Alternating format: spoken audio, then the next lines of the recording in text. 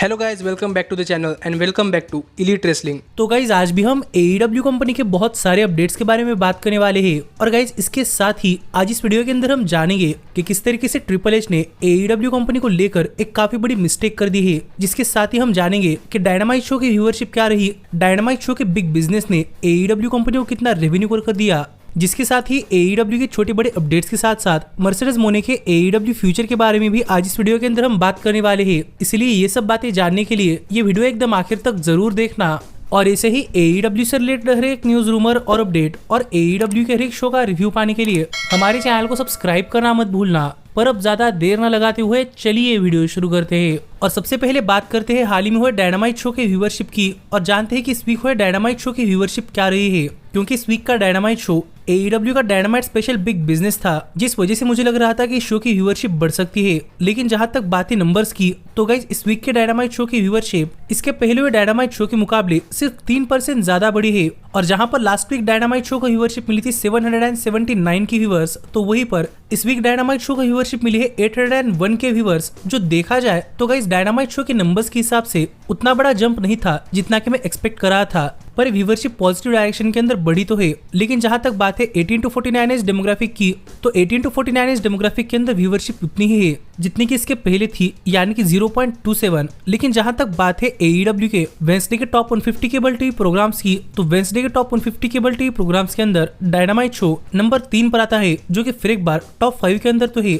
जो फिर एक बार एक राहत की बात है। पर मैं यहाँ पर ये देखकर थोड़ा सा डिसअपॉइंट हूँ कि AEW के ओवरऑल डायनामाइट शो की व्यूअरशिप करीब 801 के एवरेज आई है। पर ऐसा नहीं है कि व्यूअरशिप काफी कम है, क्योंकि गाइस डायनामाइट शो के ओपनिंग सेगमेंट को जहां पर मैं मर्सिडीज मोने AEW के अंदर आती हुई दिखाई दी थी, तो इस पूरे सेगमेंट की व्यूअरशिप पूरी की पूरी 1 मिलियन को एवरेज हुई थी। और यहाँ पर 1 मिलियन से भी ज्यादा लोगों ने मर्सिडीज मोने का AEW के अंदर डेब्यू देखा है। और आगे चलते हुए स्टेडीली शो की व्यूअरशिप डिक्लाइन हुई है, जैसा कि आप इस ग्राफ के अंदर देख सकते हैं कि किस तरीके से शो की व्यूअरशिप 1 मिलियन से स्टार्ट हुई थी और शो के आखिर तक 627 के से खत्म हुई है। जो देखा जाए तो AEW की पूरे शो की व्यूअरशिप अच्छी खासी व्यूअरशिप है। पर आप मुझे कमेंट कर बताइए कि नंबर्स पर आपका क्या कहना है। पर मैं इन नंबर से सेटिस्फाइड हूँ। लेकिन फिलहाल के लिए हम आगे बढ़ते हैं और जरा जानते हैं कि शो ऑफ एयर जाने के बाद क्या हुआ। क्योंकि गाइस आपको तो पता ही होगा कि मैं शो के आखिर में मर्सिडीज मोने यहाँ पर सबको बचाने के लिए आती हुई दिखाई दी थी और ऐसे ही शो ऑफ एयर गया था। और ये शो ऑफिस जाने के बाद यहाँ पर ज्यादा कुछ चीजें तो नहीं हुई, लेकिन हमने ये जरूर देखा कि मर्सिडीज मोने हैप्पीली यहाँ पर बैकस्टेज जा रही थी। जहाँ पर अगर आप में से काफी सारे लोगों को अब भी लग रहा है कि मर्सिडीज मोने ने AEW के अंदर हाइप तैयार नहीं की, तो जरा आप ये वीडियो सुनिए कि किस तरीके से लोग मर्सिडीज मोने को CEO कहकर चिल्ला रहे हैं।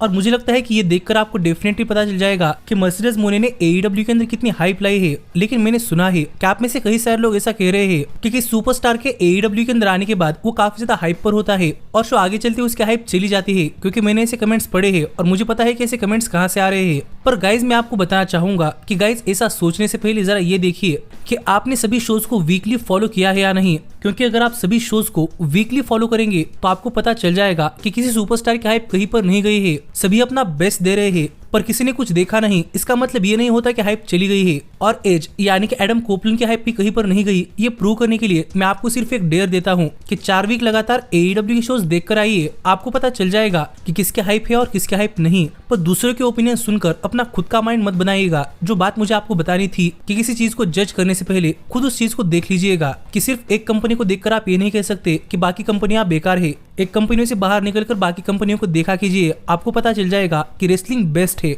और अगर आपको अपना प्रोडक्ट बेस्ट लगता है तो दूसरों का बेकार है, ऐसा बिल्कुल भी नहीं है। और मैं तो इस चीज को अप्रिशिएट कर रहा हूँ कि 2024 के अंदर रेसलिंग अपने टॉप पर जा चुकी है। पर इस पर ज्यादा बात ना करते हुए चलिए आगे बढ़ते हैं और जरा बात करते हैं हमारे बाकी अपडेट्स की। क्योंकि गाइस मर्सिडीज मोने के AEW के अंदर आते ही यहाँ पर TNT नेटवर्क ने अपना बायो भी चेंज कर दिया है। और हम देखते थे कि कभी कोई सुपरस्टार TNT चैंपियनशिप या फिर TBS चैंपियनशिप जीतता था तो यहाँ पर कंपनी का ट्विटर हैंडल सबको बताता है कि क्रिश्चियन केज हमारे TNT चैंपियन है या फिर और कुछ। लेकिन ऐसे में ही TNT ड्रामा ने मर्सिडीज मोने AEW के अंदर आते ही अपना बायो चेंज कर रख दिया है कि मर्सिडीज मोने उनकी CEO है। जो देखा जाए तो मुझे लगता है कि नेटवर्क की तरफ से एक काफी नाइस जेस्चर है। जिस पर आपका क्या कहना है आप मुझे कमेंट कर बताइए। पर मर्सिडीज मोने जब AEW के अंदर आए तब मर्सिडीज मोने ने भी काफी सीक्रेट चीज की थी, जो कि अगर आपने नोटिस नहीं की तो मैं आपको बताना चाहूंगा कि गाइस मर्सिडीज मोने ने अपने हेयर को जो डाई किया था उस पर लिखा था कि ऑल ऑल एलिट सीईओ, जो कि मर्सिडीज मोने के रिंग गियर के लिए एक काफी बढ़िया एडिशन थी। जो चीज मुझे लगा कि अगर आप में से कई सारे लोगों ने नोटिस नहीं की तो आपको बता देनी चाहिए।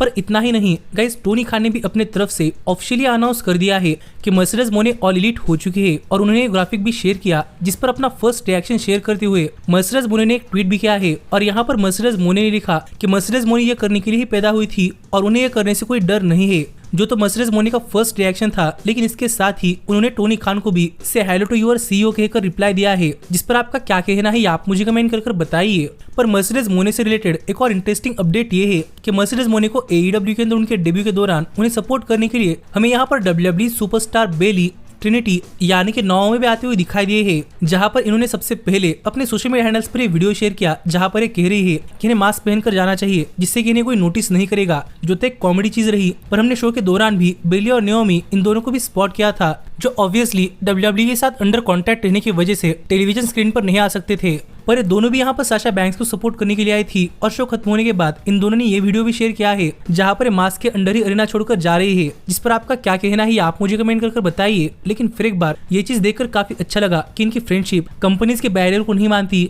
लेकिन इसके साथ ही अगर हम बात करें मर्सिडीज मोने से AEW कितना फायदा हुआ है, यानी कि बिग बिजनेस शो ने कितना रेवेन्यू कमाया है, तो गाइज मैं यहाँ पर आपको बताना चाहूंगा कि AEW के बिग बिजनेस शो ने करीब 9,500 टिकट्स ऑफिशियली सोल्ड आउट किए थे। और गाइज यहाँ पर 9,500 टिकट सोल्ड आउट कर AEW ने अपने इस शो से करीब $3.5 लाख कमाए हैं। जो देखा जाए तो गाइज बिग बिजनेस को लेकर एक काफी अच्छी अपडेट है कि AEW ने अपने टीवी शो से करीब 1 मिलियन के 1/3 से भी ज्यादा पैसे कमाए हैं, जो देखकर मैं तो काफी सरप्राइज हूँ, क्योंकि मुझे नहीं लग रहा था कि डायनामाइट शो के टिकट सेल्स इतना ज्यादा रेवेन्यू कमा पाएंगे। पर अब WWE के साथ AEW के शोज भी सोल्ड आउट हो रहे हैं, जिस पर आपका क्या कहना है आप मुझे कमेंट कर बताइए। पर मुझे देखकर काफी अच्छा लगा है कि जहां पर कुछ महीनों पहले AEW कंपनी करीब आधे टिकट्स ही बेचने के लिए स्ट्रगल कर रही थी, तो अब यहाँ पर उनके टिकट्स भी पूरी तरीके से सोल्ड आउट हो रहे हैं, जो चीज फिर एक बार दिखाती है कि हाल फिलहाल में रेसलिंग इंडस्ट्री कितनी हॉट चल रही है। पर फिलहाल के लिए हम आगे बढ़ते हैं और जरा बात करते हैं मर्सिडीज मोने के AEW कॉन्ट्रैक्ट की और जानते हैं कि मर्सिडीज मोने के AEW कॉन्ट्रैक्ट डिटेल्स क्या क्या कहते हैं।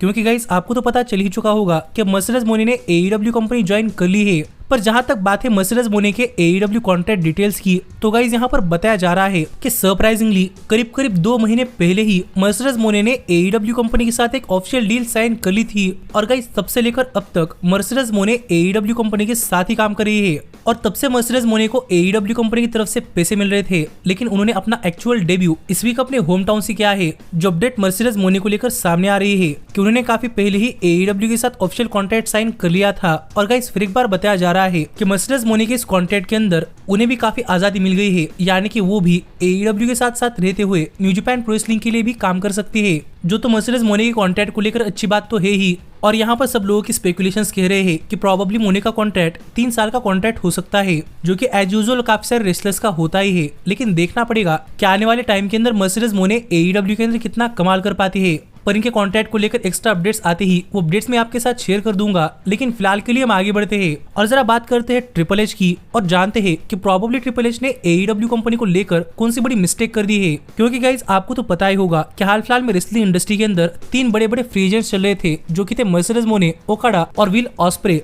और सरप्राइजिंगली इन तीनों ने WWE के ऊपर AEW कंपनी को चूज किया है, जो देखा जाए तो WWE के लिए पहले ही एक काफी बड़ी मिस्टेक है। लेकिन गाइस इसके साथ ही डेव मैडजर ने अपने लेटेस्ट रेसलिंग ऑब्जर्वर पॉडकास्ट के ऊपर बात करते हुए शेयर किया और बताया कि किस तरीके से ट्रिपल एच हाल फिलहाल में विल ऑस्प्रे को अपने कंपनी के अंदर साइन ना करने के डिसीजन से काफी ज्यादा नाराज है। क्योंकि प्रोबेबली ट्रिपल एच के मन में ऑस्प्रे सिर्फ ऐसे ही रेसलर थे जिन्हें की ट्रिपल एच काफी एवरेज समझ रहे थे। लेकिन जब ऑस्प्रे AEW के अंदर आ गए हैं तो यहाँ पर ऑस्प्रे को देखकर ट्रिपल एच अपना डिसीजन प्रोबेबली रिग्रेट कर रहे हैं कि उन्होंने ऑस्प्रे को साइन नहीं किया। क्योंकि विल ऑस्प्रे हाल फिलहाल में AEW के अंदर इतने हॉट चल रहे हैं कि अब AEW पूरी की पूरी कंपनी विल ऑस्प्रे के अराउंड बिल्ड कर सकती है। और अगर ऑस्प्रे AEW छोड़कर WWE के अंदर आते तो WWE को भी उनके कंपनी को आगे ले जाने के लिए वो चेहरा मिल जाता जिसे कि WWE इतने दिनों से ढूंढ रही है। पर अब ट्रिपल एच ने मौका खो दिया है और ऑस्प्रे ऑल एलिट हो चुके हैं। जो बात हाल फिलहाल में डेव मैडजर ने अपने रेसलिंग ऑब्जर्वर पॉडकास्ट पर की और कहा कि किस तरीके से ट्रिपल एच हाल फिलहाल में ऑस्प्रे को साइन ना करने का डिसीजन रिग्रेट कर रहे हैं, जिस पर आपका क्या कहना है आप मुझे कमेंट कर बताइए।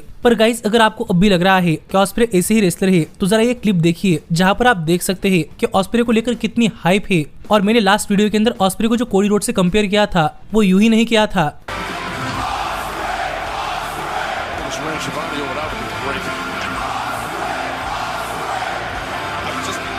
और ऑस्प्रे भी सिर्फ 30 साल की है। इसलिए जरा सोचिए कि आने वाले 8-9 सालों के लिए ऑस्प्रे AEW के अंदर कितना कमाल कर सकते हैं। पर आप मुझे कमेंट कर बताइए कि क्या आप ऑस्प्रे को WWE के अंदर देखना प्रेफर करते या नहीं। लेकिन जाते जाते मैं आपको कल के रैम्पेज शो से रिलेटेड थोड़े फार अपडेट्स भी बता देता हूँ कि कल के शो के लिए AEW ने कौन कौन सी चीजें पहले से एडवर्टाइज की है और हमें कल के शो पर कौन कौन सी चीजें देखने को मिलने वाली है। क्योंकि हमें सबसे पहले कल के शो पर टोनी स्टॉर्म और मरिया में एक्शन के अंदर देखने को मिलने वाली है, जहाँ पर मेरे हिसाब से उनका मैच लोकल स्टार के खिलाफ हो सकता है और वो मैच काफी आसानी जीत जाएंगी। इसके साथ ही हमें बेस्ट फ्रेंड्स डार्क ऑर्डर को फेस करते हुए दिखाई देने वाले हैं, जो मैच भी एक अच्छा खासा मैच होगा और मुझे लगता है कि यहाँ पर बेस्ट फ्रेंड से मैच जीत जाएंगे। पर इसके साथ ही हमें कोनोसुके तकेत्सा कमांडर को फेस करते हुए दिखाई देने वाले हैं, जो मुझे लगता है कि ऑस्प्रे के खिलाफ मैच हारने के बाद उनके लिए एक अच्छा खासा रिडेम्पशन मैच हो सकता है, जहां पर वो मैच काफी आसानी से जीत जाएंगे। और मैं फाइनली अनडिस्प्यूटेड किंगडम भी टॉप फ्लाइट और एक्शन अंद्रेटी को फेस करता हुआ दिखाई देने वाला है, जहां पर मेरे हिसाब से ये मैच भी इस वीक के शो पर एक शानदार मैच होगा और आखिरकार यहाँ पर यूनाइटेड किंगडम ही मैच जीत जाएगी। पर इस सब के अलावा अगर इस वीक के रैम्पेज शो पर कुछ होता है तो वो क्या है, ये आपको हमारे चैनल पर रैम्पेज शो के रिव्यू वीडियो के अंदर पता चल जाएगा।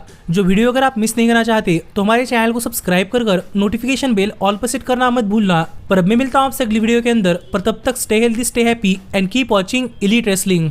Hey, did you like that video? Click the screen for more. And where do you think you're going? Check out our official merchandise page and to support the entire cast. And thanks so much for being the elite. The elite, the elite. What, Nick, you're not going to sing it all with me this time?